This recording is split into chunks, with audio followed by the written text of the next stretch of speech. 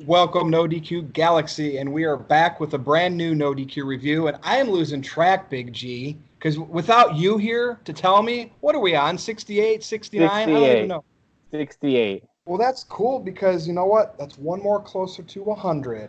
So I am Virtue being joined this week by three other guests. I wouldn't say guests, but I would say panel members for the elite team of NoDQ, and that's Big G, Robbie Weiss, and Aaron Rift. What's up, everyone? Are you ready to talk some wrestling? How about Always. you? Rob, you talked first, Rob. So what's I up? did. No, not much. Getting ready for some AEW this weekend. We got to see some WWE this week. Some of it made sense. Some of it was confusing. But overall, I'm pretty excited for the weekend. So it's good stuff. Sweet. And hey, Big G, you're back. I'm And back. you notice every now and again I got to reboot the beard. I did not lose any bet or anything, but Okay. I All just right. got frustrated the other night and took it all off. What's up? Nothing much. Happy to be back on the review team after being off for 2 weeks. And let's get this thing started. Sweet. Aaron Rift, can't start without you. What's up? Well, it's a little strange seeing you, Virtue, without that beard, I will say that much. And Big G, glad to have you back. And I just wanted to give a shout out to TJS. He's dealing with some personal issues right now. Hopefully he'll be back soon. We are all wishing him well. And I say, let's go ahead and get this review started. WWE, if you have anybody on your 30 million people writing team that watches this because you sift YouTube for ideas, get a Fiend shirt that's the mask. The whole shirt is the mask. I will buy one. I will mark out and chill for one if you do that. But anyway, nonetheless, maybe they already have one. I don't know. All Out, AEW All Out is Saturday. Is that when they're doing their events? Saturday? Yeah, Saturday. Like Robbie, I thought it was Sunday because I'm so used to I did wrestling too. events on Sunday. So we got to watch this on Saturday. Let's do, is anybody looking forward to this or at least a part of this? So Big G, since you were off for a couple weeks, I'm going to start with you. Are you there? Are you froze? Okay. Oh, What me? are you Okay. What are you looking forward to regarding Well, All Out? Unfortunately, I'll be working that night, probably when it starts. So I probably won't be ordering it. I'll probably watch NXT TakeOver UK like I always do. But as far as All Out, if I were watching it, I am looking towards Hangman Page and Jericho for the world title. Shawn Spears versus Cody. I want to see how that feud continues. If MJF is going to be in the corner with Cody, since what's his name is going to be in the corner of Shawn Spears. Tully Terry Blanchard. Blanchard. Tully. Yeah, there you go. Yeah. Other than that, nothing else. What about Who do you think Robbie? should be the first AEW champion? I don't know. That's a tough one. I do like Jericho, but I think Hangman Page should be the first AEW World Champion. All right, Rob, I'm not going to say nothing right now because this video will go on too long tonight. Rob, go. I'm looking forward to Jericho versus Page. I'm looking forward to the tag team. I'm actually looking forward to just about everything except for the buy-in pre-show match. You're going to ask me who I think should be the first champion. I don't even think it's a debate. I think it's Chris Jericho. You put it on someone who has name recognition, especially when you go into TV, and you want to have your top face of the company chase because that's what draws. But I'm also looking forward to the Cody versus Shawn Spears. I'm curious what Tully Blanchard's going to do, if that has any impact on it. I think it's going to be a great show. I'm looking forward to it, though. Absolutely. Yeah, All right, Aaron Rift. It's going to be an awesome show. I'm really looking forward to it. You're going to have that Chicago crowd. Who knows? We may get a big surprise. I mean, it is the final AEW show until the TNT debut, so I would think that they're going to live up to the name All Out. They're going to go all out. And as far as any predictions go, I think Jericho's going to win the title. I think it's too soon for Hangman Page. I don't think he's established enough with casual fans. I think even though people are going to complain saying, oh, they're putting the title on a former WWE guy, 50-year-old man, I really think it should be Jericho. I think Hangman Page needs some more time and more exposure with a casual audience before you put the title on him. And, I just don't think he's there yet. So I would go with Jericho to win the title. And okay. I think we're going to have somebody like Arn Anderson counter Tully Blanchard and be in the corner of Cody Rhodes. I think Cody is probably going to win. Again, Sean Spears is Ty Dillinger. So I don't see him getting a really big push. I think Cody will win. And then we got the Lucha Brothers against the Young Bucks in a ladder match. So expect a lot of crazy high-flying antics in that one. That's going to be an insane match. And the Kenny Omega versus Pac match. So Jon Moxley is out, and it's going to be Pac versus Omega, which should be a hell of a match. I would expect Omega to win it, but it should still be very entertaining nonetheless. And yeah, I expect it to be an awesome pay-per-view, maybe the best of the year.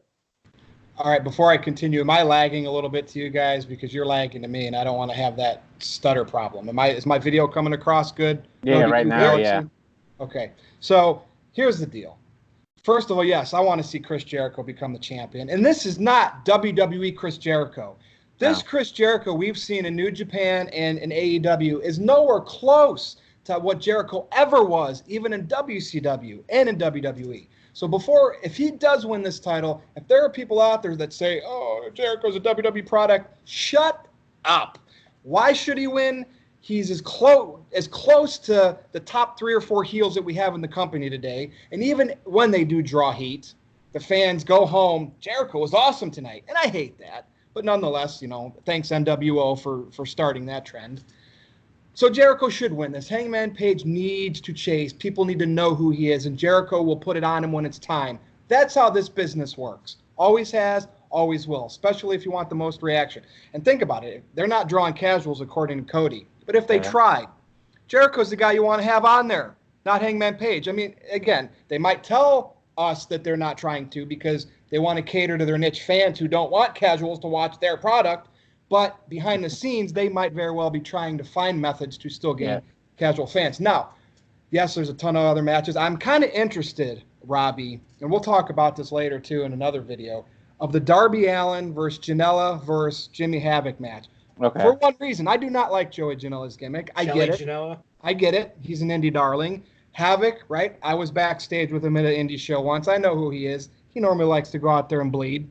Darby Allin, to me, is the next generation's Jeff Hardy. And so, to me, AEW has potential gold with this guy. Girls, chicks, fanboys, they love that type of daredevil. And the thing Daredevil. Is, you could say Joey Janela's that way, too. To me, Darby Allin, I've seen Darby Allin live several times. I think he gets it. So, to me, I'd like to see them push a guy like that. So, I'm interested in that match. And, of course, the whole Pac and Omega thing, because Moxley's injured, it's so cringe to me. I know Moxley had an elbow injury, right, and it happens. But look, why not keep it an open match right now? Keep it an open match so you get the fans to think it's in Chicago. Maybe, just maybe, it could be CM Punk, right? Let's just pretend Punk's never going to wrestle again. What's your way out? You bring in Pac in Chicago, and fans think it's going to maybe be Punk. Have Pac come out in the Chicago gear. Draw heat. They just don't know how to do that anymore. They don't know how to make excitement and anticipation. They would rather just put a match. Pac will pop Meltzer, and he'll talk about it all week because it's a potential 8-star match. Anyway, we're going to talk about that more, I'm sure, next week. With that said, let's move on because Moxley is injured, okay? And I don't like the way AEW handled this. Whether they told him to use his Twitter account, which Ambrose never did when he played Ambrose, right? No. And, of course, I just mentioned I don't like them just making a match to make a match. That's so indie. Yes, WWE announces matches the day of the pay-per-view, but it's usually mid-card matches. They usually have their main event lined up, at least enough to do video package after video package after video package. Am I right? Yep. So this is considered a co-main event. I hate thrown together matches. So what's everyone's thoughts about the Moxley injury and the way AEW handled it, and then just kind of throwing Pac in there? Aaron, I'll start with you.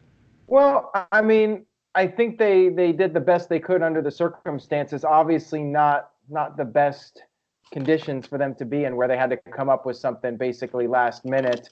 In an ideal scenario, they would have had somebody who already has history with Kenny Omega and has a backstory. But, they could have gone the surprise route. But at the same time, the problem is that they're charging $50 for this pay-per-view. So I don't think it's really a good idea to tease a mystery person for the pay-per-view and then it ends up being Pac and people are disappointed. I think it's better to just flat out say, hey, Moxley went down with injury. We have to come up with something, so we're going with Pac, rather than have people think, oh, maybe CM Punk will show up in that spot, and then they're let down when it's Pac. That's heel heat, Aaron. That should help Kenny getting a pop. They're going to get behind Kenny then more, right? I don't think it's going to help with their future pay-per-view buys. You know, they're not the WWE Network. They're not charging $10 a pay-per-view. So I don't think it's the best move long term. I think there's other ways to get heat on guys. I like your idea better though. I like Pac coming out to CM Punk's music and maybe doing like the little taunt and then turning around and then showing that it's not actually CM Punk. I think that would be a more effective way to get some heat. Robbie, what do you think, man? I get what Aaron's saying, but like to me, I think why not trick the fans, right? If they spend $50 on All Out, no matter who's on the card with this fan base, they're going to spend $50 on the next one too. Yeah. So I kind of disagree. I kind of like the way everything's gone down here because from what it looks like to me is they've done a double turn with Moxley and Omega. If you looked at Omega's promo that he cut afterwards, it was pretty heelish. And Moxley's outreach to the fans, his apology, it almost seemed like a face turn. So what that leads me to believe is that they're going to use Moxley as their Stone Cold Steve Austin, who's going to be an edgy kind of like gray area face, and people are going to get behind him. And people are excited to see him anyway. All this does is drive more excitement for their TNT debut, which I think is a lot more important than their final pay-per-view. The other thing I will say is I'm excited to see Pac versus Omega because I think wrestling-wise, it's going to be a far better match. It doesn't have the story or the character implications that Moxley has, but it's going to be a better match. And you can't argue that physically it would be a better match. And that's I respect your opinion because that's what you want to see. You want to see 5+ stars. I get that. Yeah. I don't. And I get angry when those fans get what they want. What would have been a better substitute for an injured Moxley? Mystery opponent and reveal Pac the day of when CM Punk's. It wouldn't matter. I didn't want to know, or I wanted that. You remember when it happened, Aaron? For that split second, we're like, what are they going to do? They don't have an opponent for Omega. Moxley's out. And 90% of everybody, for a second, thought CM Punk because they knew he's going to be at StarCast, right? Just kind of linger that, right? Obviously, he's never coming back until he's back, but still, man, wrestling used to play with emotions. They don't play with them anymore. They just, here's the next competitor. Big G, I want to know what you think. Well, I mean, we did discuss this a little bit last week on Virtue's Rage. We discussed, they could have done some kind of segment where Omega beat up Moxley and done it that way. And I didn't like Moxley going out on Twitter and apologizing. Ambrose never did that. Or when he was Ambrose, he never did that. So what changed from WWE to AEW to where he's going to not write anything on Twitter and then write something on Twitter and apologize to the fans? Because it's all about pleasing the fans with AEW pleasing the diamonds. And I think it's where he believes in the work he's doing now. As far as Pac goes, I mean, if that's the best they can do, that's the best they can do. But, I mean, they should have just played it up like he didn't even want to be there, Yeah. Like, you know what I mean? We know Pac actually not wanting to do match in AEW because he had a title in another promotion. And now they just threw him in this match. Like, I would have rather just kind of want to know who in the heck is going to face Omega. But whatever. Everybody's going to rejoice when they flip and flop and fly. And I watch this match, and I just look at more unbelievability in wrestling today. But like I've been told, people tell me this is how wrestling's evolved. And then I say, okay, we got a community of 3 million wrestling fans today, give or take 100,000. And I remember in high school, that community was 3 times that size. I digress. Let's move on. Let's still talk about AEW. Big G, I don't know how much you know about this guy because of how old you are, but I'm sure you had the WWE Network. Do you know who Tony Schiavone is? Yes, I do. I did watch, when I was younger, I did watch WCW, and I do remember Tony Schiavone. I think this is a great move for AEW. Now, I know there's people out there that say, keep hiring WCW or WWE guys and trying to recreate something from the past. And look, yes, when these people that AEW has brought aboard were in the business, or they've always been in the business, but they were in the limelight, we had 8 million wrestling fans. Why not bring people back, at least to contribute, that we're back part of that area to say this is how we kind of did it back then. I know it's supposed to evolve, Big G. Yeah. Right? But like Schiavone, I'm interested. I'm intrigued by this, right? So what do you think? When was the last time Tony Schiavone did any kind of commentary? Was it Impact? Last month. Stuff. MLW. I mean, okay. Indie stuff or lower, yeah. He could. Who is it going to be? JR, Tony Schiavone, and Excalibur? Yeah. For AEW? Well, actually, I think Schiavone's not doing the actual play-by-play. I think he's going to be doing like backstage interviews and whatnot. Okay. I think well, it's going to be backstage interviews. That's fine. You know, he can still contribute. You know, tell the young folks, you know, you can do it this way, you can do it that way, and I think it's good for AEW. Yeah, they're bringing in another WCW guy, like you said, but he has experience in the business, and you want somebody with experience. You don't want some fresh guy coming off the street like me, for example, and saying, "Oh yeah, you can you can do it this way, you can do it that way," and then when they go on TV, from what I told them, you know, it turns out to be complete crap. But that's my point. And it might be good that he's there backstage. Put him in Gorilla. Put him on the headset. Because maybe JR, right, he's been in the business a long time, right? He might not want anyone in his ear. But maybe Tony Schiavone's a guy that he wouldn't mind in his ear, and Tony could help JR in some of the moves. We know the game is kind of passed JR by because of the style of match. Maybe Schiavone in JR's ear, if he allows it, might make JR call a better show. Robbie, what do you think? I was under the impression that Schiavone was replacing Marvez because I heard... I think it's this guy Golden Boy who is going to be. Oh, did they do that? Well, anything's an upgrade over Marvez. First of all, the guy couldn't find a suit that fit him correctly, and second of all, he announces like he's talking about a golf game every time. So I'm fine with just getting him off TV. Did you guys not see him in the last pay-per-view? He was dressed terrible. His suit was like 10 times too small. And again, worse than Pat McAfee with shorts on a suit? It was worse than that, yeah. Okay. I'm all about Tony Schiavone. I would actually rather have him on the commentary desk because he worked with JR for a long time, and I am starting to fall into that category of people that I don't know if JR can be lead commentator right now until he gets some more experience under his belt. I think that could be something that comes down the road, but I don't know. I'm not really impressed with the three-man team they have out there right now. So hopefully that changes. But Tony Schiavone, legendary, one of the best to ever do it. I wish he was on the commentary desk, but I think it's a fantastic move for AEW. Yeah. Sweet. I think it's funny that for all these years, WWE never tried to bring in Tony Schiavone, and then all of a sudden AEW starts up and WWE is reportedly negotiating with Schiavone. I find that hilarious that it took 18 years for WWE to show any interest in Schiavone.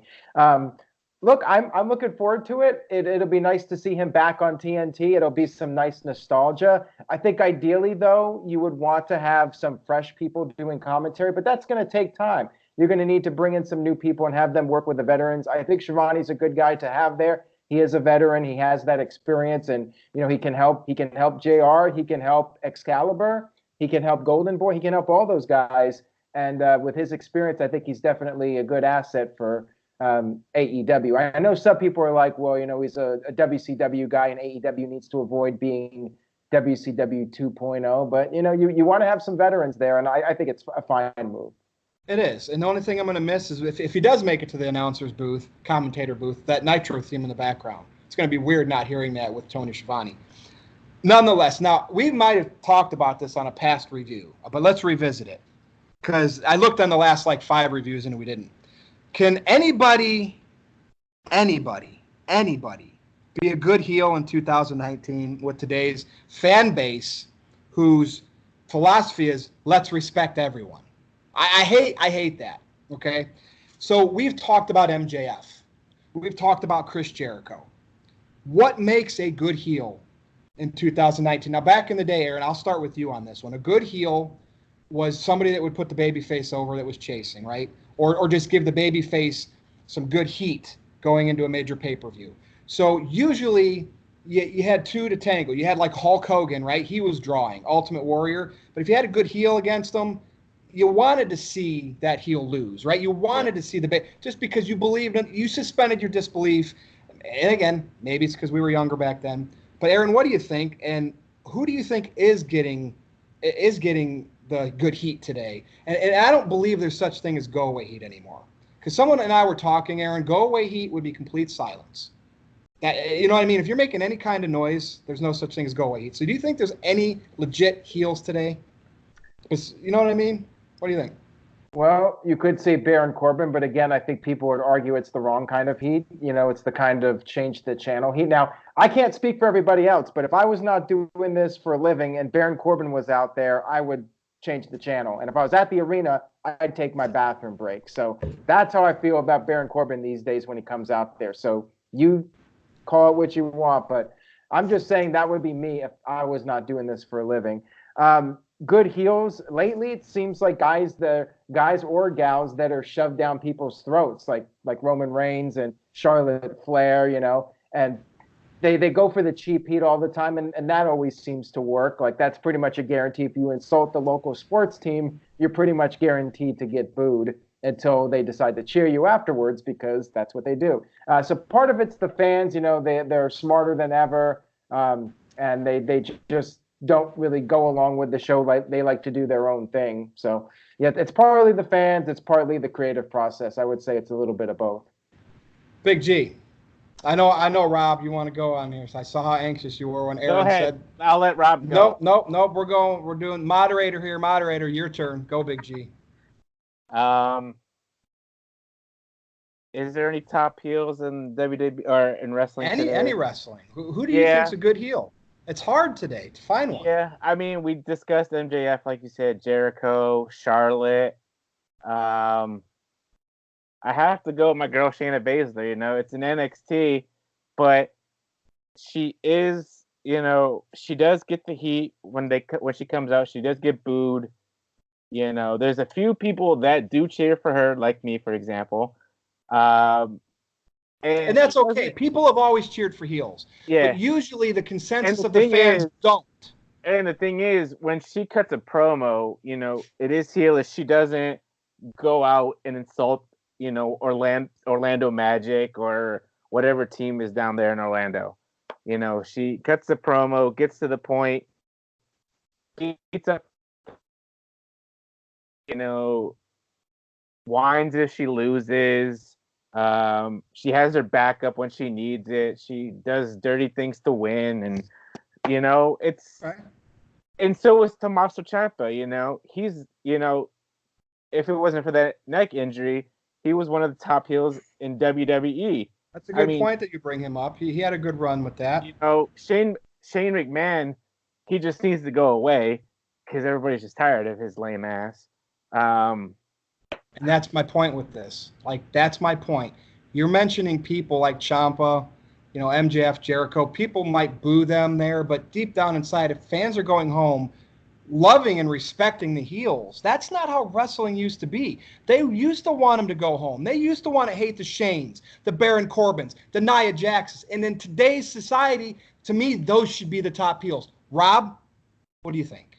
I hate agreeing with Virtue, but sometimes it happens. So Nia Jax, Baron Corbin are probably some of the best heels in the industry now, because if you look back in the golden era, or you look back in the 80s, listen to people like Jim Cornette tell stories. There would be times that people were trying to stab the wrestlers in the ring because they hated them so much. Yeah, we can take that and say we just want to change the channel, but realistically, people just don't want them on TV. People want to attack them. People boo them, and it's crazy amount of heat. They say it's go away heat, but I think that people have come up with that term because you can't really have that old school heel in today's age, because they're going to get cheered, because you had guys like The Rock, you had guys like Stone Cold Steve Austin, which changed the entire dynamic. It was a paradigm shift of how we look at heels. So the only real heels that we could have today are the people that everyone hates: Shane McMahon, Nia Jax, Baron Corbin. They're out there to get booed. They always get booed, and that's what a good heel does. And real quick, Robbie, you said paradigm shift. Is your elbow okay? My elbow's fine. You got MRSA or a bursa sac that needs removed? Okay. I don't. No. What else you want to add to that, Big G? I was just going to say, look at the NWO and DX. You know, they were supposed to be healed, but they were the cool thing in the 90s. And you have right now the Undisputed Era, who's supposed to be heels, but now they're the cool group of this generation. Are they really heels though? I never saw DX as a heel group when I was younger.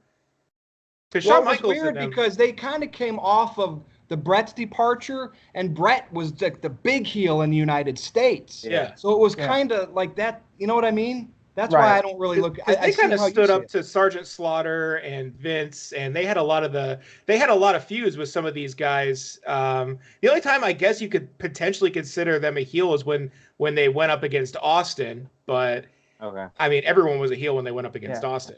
And I just wanted to also add that there's not really any very, very strongly booked dominant heels. Like you look back, like Yokozuna was a great heel because he dominated everybody, and you were just hoping that somebody could finally take him down. Yes, and I was hoping you'd bring that up, Aaron. Triple H during the Attitude Era was dominant. He was very arrogant. He would go out there and brag about how he's beating everybody, and he actually won all of his matches. Mick Foley put him over multiple times in those matches, and a number of other guys did.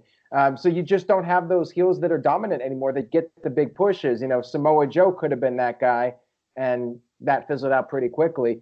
And it's a combination of that. You either have that, or you have the promo skills, or maybe both, or you have like that cowardly heel like the Miz. Miz was a great one too when he was at his peak a couple years ago, because he was such a good talker that he could get the fans so riled up they wanted to see the good guy come out there and shut him up and beat his ass. Now, hold on. Good. What kind of heat did Vicky Guerrero have every time she got on? She was a legit heel. She was a legit heel. That was good heat. That was how a heel should get heat.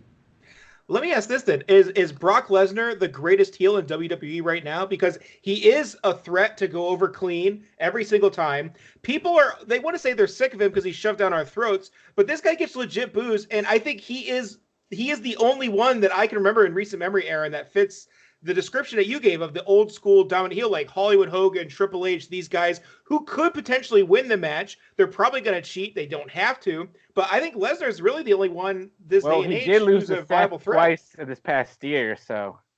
What's that? Well, that's segues. I mean, say what you did. Say what you just said one more time. I said, he did lose to Seth twice already in this year at WrestleMania and at SummerSlam. Segue. Perfect. How did you know, Big G? Do I give you these topics ahead of time? Yes. So, like you just said, Seth beat Brock twice this year. Seth, Brock. Okay, I'm looking at my notes. Ricochet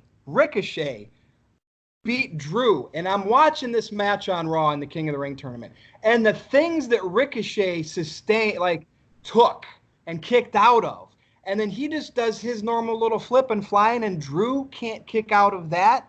And then, of course, Kofi wins every match now after an 11-year career of 50-50. So I want to ask you, Big G, since you brought this up, I'm starting. Are underdog gimmicks being overdone in wrestling, particularly WWE right now, to cater to the fans because they love the underdog story? Remember when Daniel Bryan did it in WrestleMania 30?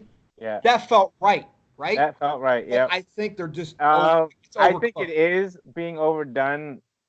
You know, when I watched Ricochet and McIntyre on Monday, and he kicked out of the Glasgow Kiss and that right-hand punch, I'm like, if it were me or any one of us, we'd be down for the count. But yet Ricochet has some superhuman powers, gets right back up. This is recoil, hits a 630, and like you said, McIntyre can't pin or kick out. And dude, if that was like Finn Balor Demon, I would get it because we're supposed to believe in the gimmick. Seth Rollins, I can understand. You know, right now Roman Reigns isn't in the main event. You know, he's like upper mid-card main event. So you have to have somebody, and Seth Rollins is Vince's guy right now. So, and to beat Brock Lesnar twice in 1 year, literally, you know, I'm fine with that because Lesnar, he can still be dominant and still win big matches. He doesn't need to have the Universal title on him.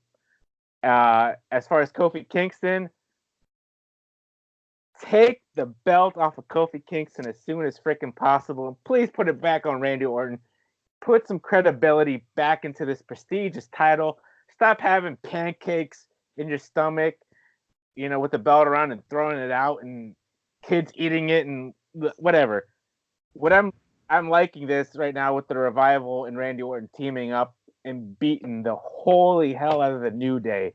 I am so happy. Look at you.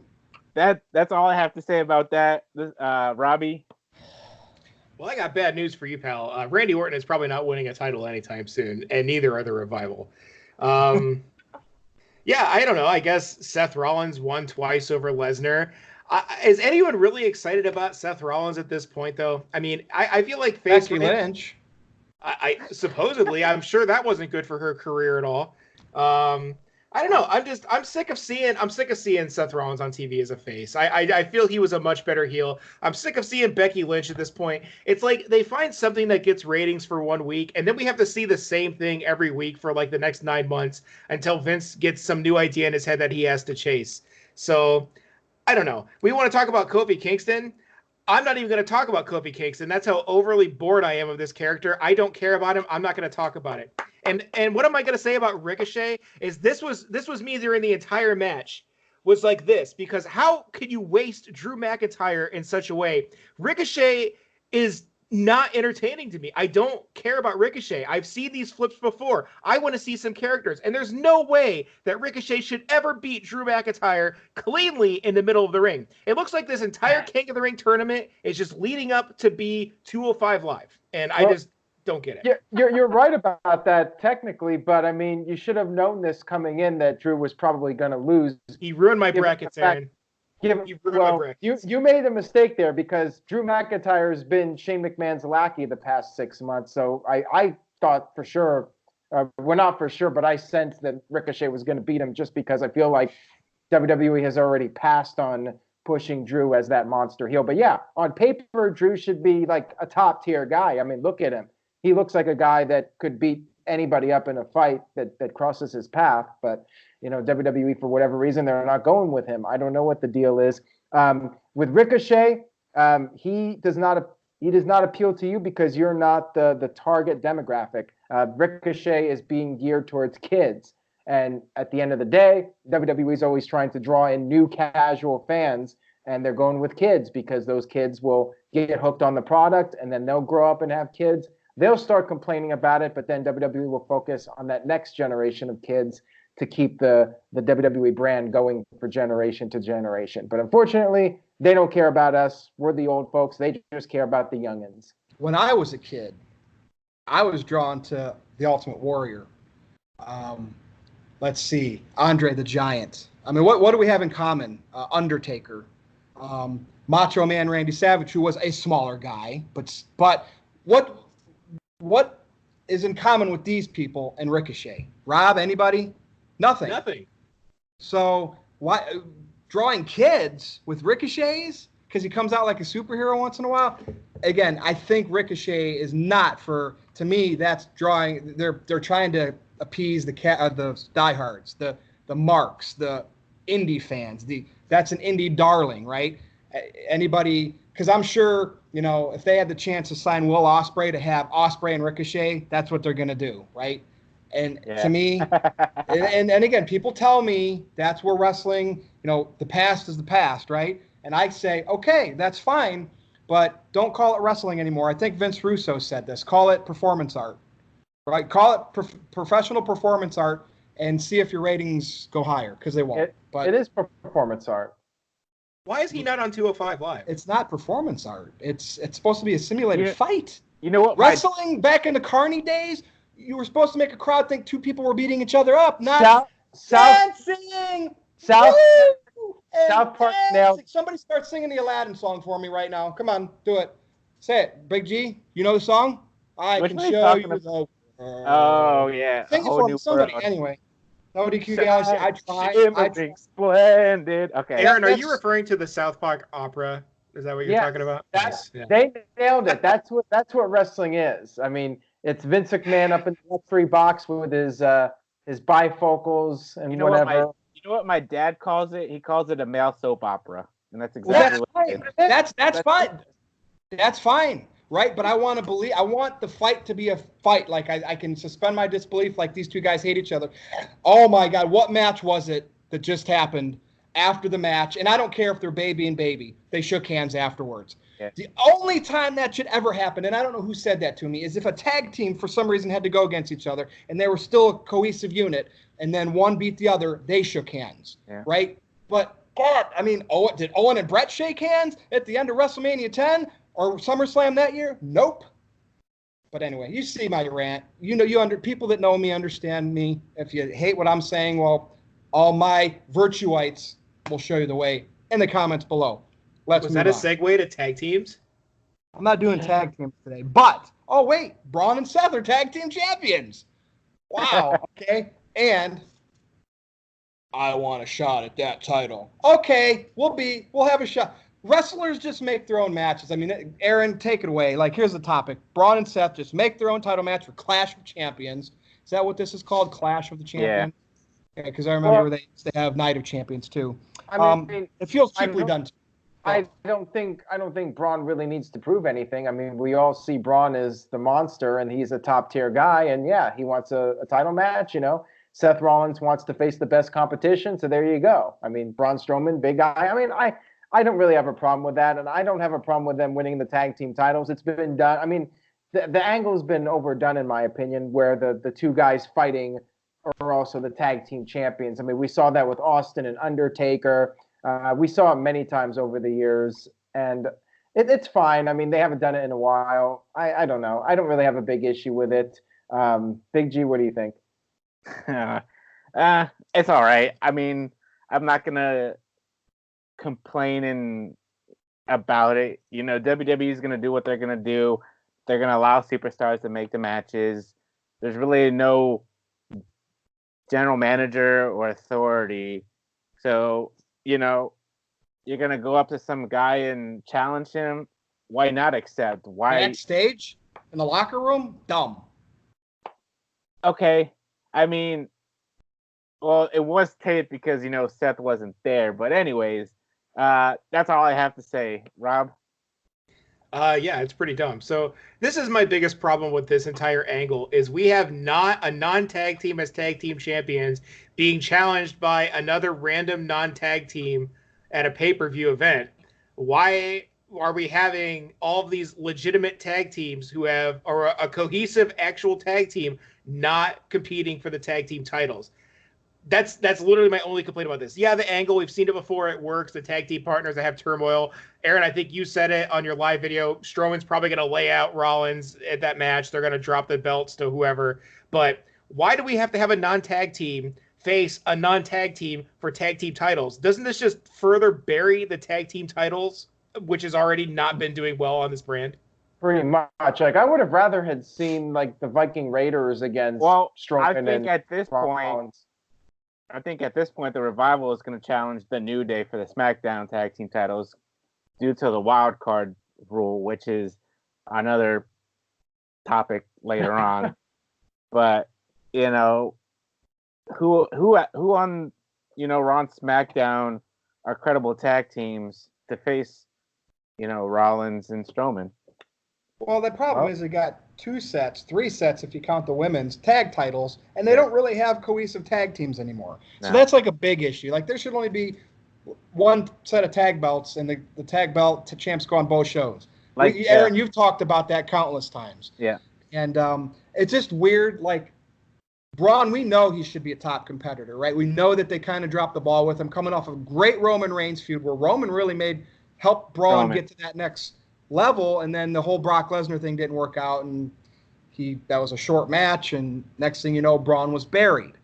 And that's the problem. They book their smaller guys stronger than their heel. Like, they're big monsters. And so what has Braun done recently from the booking standpoint that all of a sudden he can get a shot at Seth's Universal title because Seth said, I accept? It's nuts, and we know they can do so much better. And part of this rant by me is they shouldn't even be tag team champs because I'm sick of this throwing teams together. And like you said, Aaron, two guys that are going to feud, let's put the belts on them to make some animosity. Like, let me ask you this, Virtue. So you're saying that you didn't like Strowman challenging Rollins to a fight? Not that way. I wanted like some heat. I wanted something good, not just backstage like, okay, let's go to the next town now. I was going to ask you, you know, if some guy challenged you to a fight, would you back down? I'm just, you know, that's how you have to think about it. You know, would that ever happen in MMA though? But that was a piss poor challenge by Strowman. Like, a guy like You Strowman isn't just going to ask. Well, He's going to beat the crap out. He's going to lay him out with 3 power slams in the middle of the ring and then grab the title and hold it up and just expect them to make him the number 1 contender. And that's, you know what I mean? Play to his character. He's a monster, right? Okay. Did Andre say, or put a manager with him? Maybe he'll get to that point. Maybe they're slowly building it up. You got to give it time to breathe, as they all say. You're hoping. Yeah, we do have 3 weeks or 2 weeks till Clash of Champions. So I made sure I did topics tonight that I was gonna go off on most of them because, I mean, Jesus, like as a fan, right, as a viewer, I know they're not going to get everything that I want, right? But I remember growing up watching it as a kid, as a teenager, early 20s in college, or late teens, early 20s in college. For all the things I didn't like, there was 2 things I liked. So I was content. I didn't mind if they did stuff I didn't like. Today, that odds for maybe for every 1 thing I like, there's 6 things I don't like. That's not a good ratio. While we're talking about this, is there a rumor that the Fiend might get a title shot as early as Hell in a Cell? What's everybody's thoughts on that real quick? We can talk about it later. I mean, it's more but go ahead, Big G. I mean, we have seen Seth Rollins, I think Bray Wyatt feud a couple times back in the day. But seeing the Fiend at a Halloween themed pay-per-view, they should just bring back Halloween Havoc, instead of Hell in a Cell, and have like the Fiend just run all over the show and scare the holy hell out of people. And then at the end of the night, have him in a Hell in a Cell match. Do they have the rights to Halloween Havoc? Because they let some of that stuff slip. But they let Bash at the Beach slip. Cody got that trademarked by AEW. I think maybe certain ones. Okay. Because I think wasn't Clash of the Champions a WCW pay-per-view? Yeah. And then they the house shows, they brought back one of the WCW pay-per-views too, I think. At a house show. So, what do you think if the Fiend gets a shot that early? I mean, to me, if he gets it that early, he better win it and have it for a long, long time. But what do you think? So I could keep this the shortest segment I've ever done. Okay. Too soon.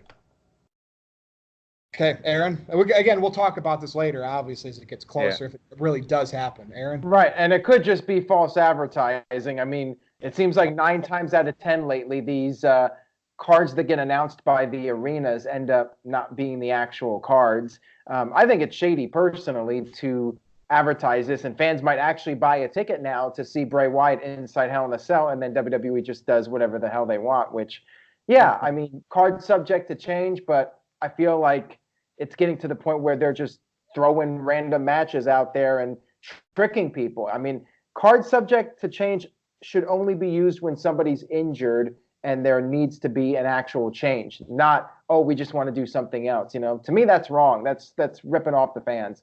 I'm not a fan of it. They have to deliver on Bray Wyatt now. Otherwise, I would demand a refund if I bought a ticket thinking Bray Wyatt was going to be competing for the Universal title inside Hell in a Cell. Now, if it does happen, I agree with Rob. I think it's too soon. Bray Wyatt should beat a bunch of guys. He's only had 1 match since coming back with the new gimmick. He should be beating a bunch of guys, and then maybe towards the end of the year, he finally gets the championship. I think he should go into WrestleMania as champion, maybe fight John Cena. Cena can go for the 17th championship. Maybe the Demon Finn Balor at WrestleMania could be an option. But, I mean, I'd love to see Bray Wyatt win the title. I just think it's too soon. I say slowly build it up. And don't get me started on the Hell in the Cell concept.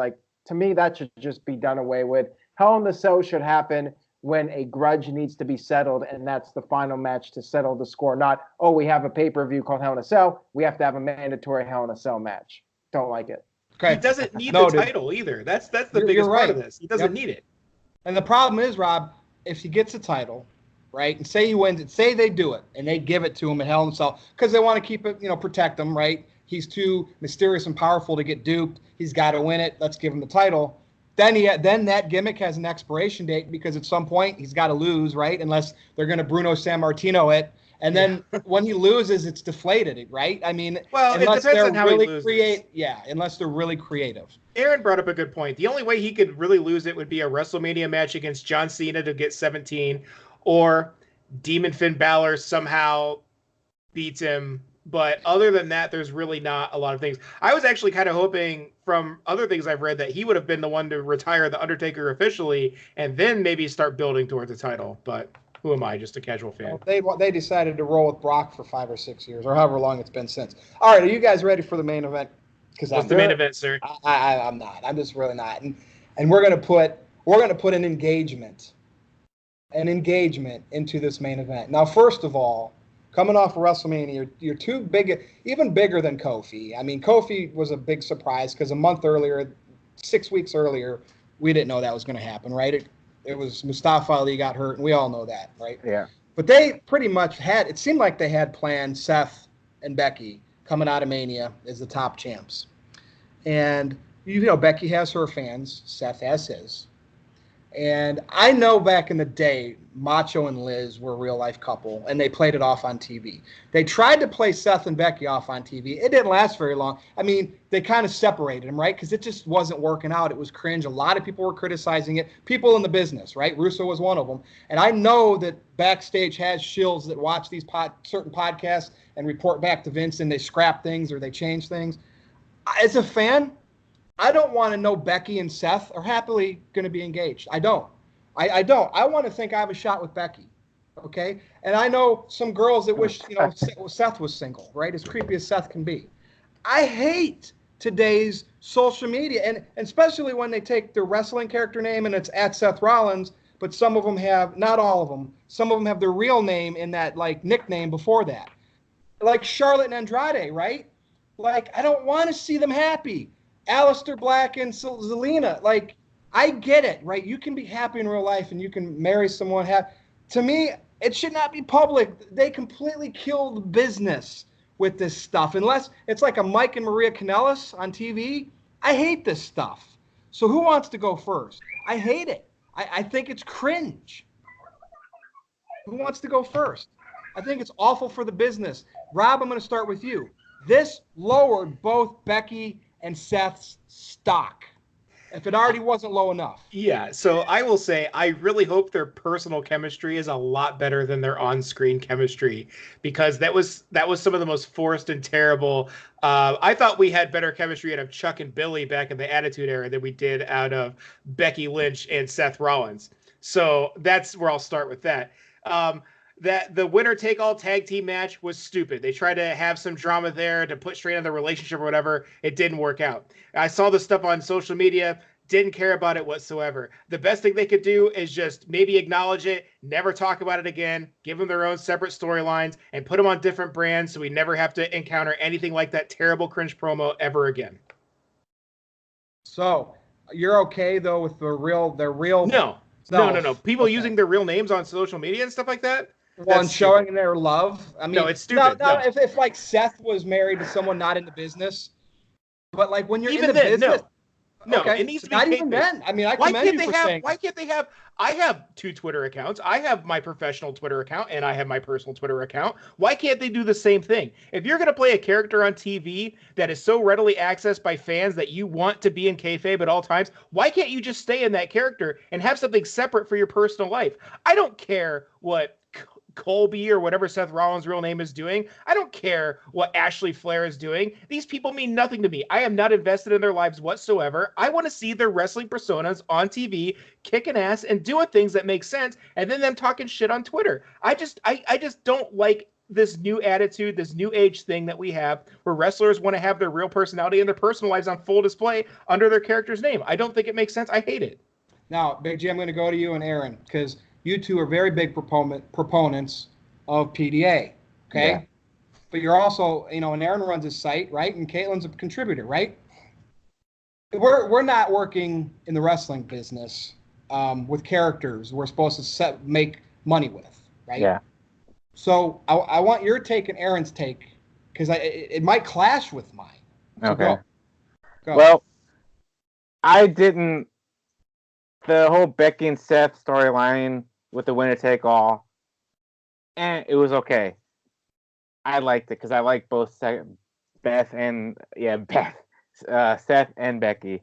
Now, as far as them putting their stuff out on Twitter and whatnot, let them do it. I don't care. You know, it's their Twitter, it's their life. You know, we all know kayfabe is dead. You know, there's no such thing as kayfabe anymore. So if they want to go out on Twitter and, you know, tell people, you know, we're engaged or we're happily involved with each other, like Andrade and Charlotte, let them do that. They have the freedom to do that. What makes you guys any better? I mean, what if Virtue posted finally something with him and his sugar mama, you know, I'm not gonna say, oh, I don't want to see Virtue with this person. You know, I'm open to. That would kill my gimmick, and that's why I don't do it. Okay. Yes, but that's my point of this topic. Your gimmick is Virtue. I can't be happy. I can't be happy. Virtue happy? No way. So I don't show it. Okay, but as you said, you know, I always post something with me and my girlfriend, you know, and if people don't want to see it, then don't look at it. I'm not forcing it down your throat. Oh, you got to look at this picture with me and my girlfriend. Are you headlining SummerSlam? What? Are you headlining SummerSlam? You're not playing a character, though. You're just Big G. Not. I'm just Big G. No, but, you know, if they had 2 Twitter accounts, okay, that's fine too, because then they could put their personal stuff on one and their, you know, kayfabe character on the other, but then that would get confusing because I don't know, Aaron. Well, we've talked about this topic before, and I think that they should have separate accounts, like one for the character. The character should stay in character, and then the other account should be for personal stuff. I just think weren't engaged before though either. I think that by having the one account serve both purposes, I mean, that's part of the problem because WWE sometimes publishes tweets from that account, and then people go on that account and seeing that person breaking kayfabe, and it just ruins the moment. So, you know, I don't like how they go back and forth with it. I think that they should keep that stuff separate. But yeah, we've talked about that before. And Seth and Becky, yeah, I mean, I think the biggest problem is just that I feel like it watered down their personas. Like I felt like they both had. Thank you. That was my point on this topic, Aaron. Thank you. Yeah, they had an edge. Becky, especially, I think it hurt her more than it hurt Seth. I think what has hurt Seth is just him going on social media and being whiny and complaining about like fans and complaining of like having Twitter feuds with Will Ospreay. People jealous, being petty. Yeah. Like I think Seth has just done more damage to his character by what he's posted on Twitter than Becky. I think Becky just being in the relationship kind of like softened her a little bit. You know, she kind of had like that female Stone Cold thing going where she was, you know.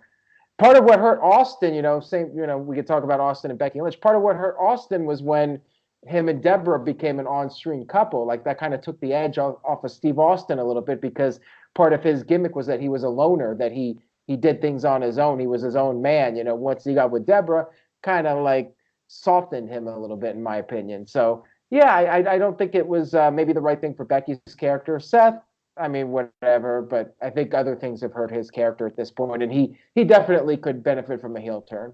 So if they're that confident, go ahead, Big G. I'll talk last on this. If you think about it, they're just actors playing a character, you know? Actors from movies, they do the same thing on Twitter. They post stuff on their stuff. And do you see people complaining about that? It's a different business.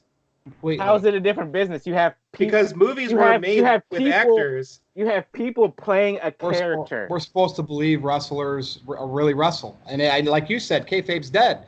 Well, so are the fans are gone too.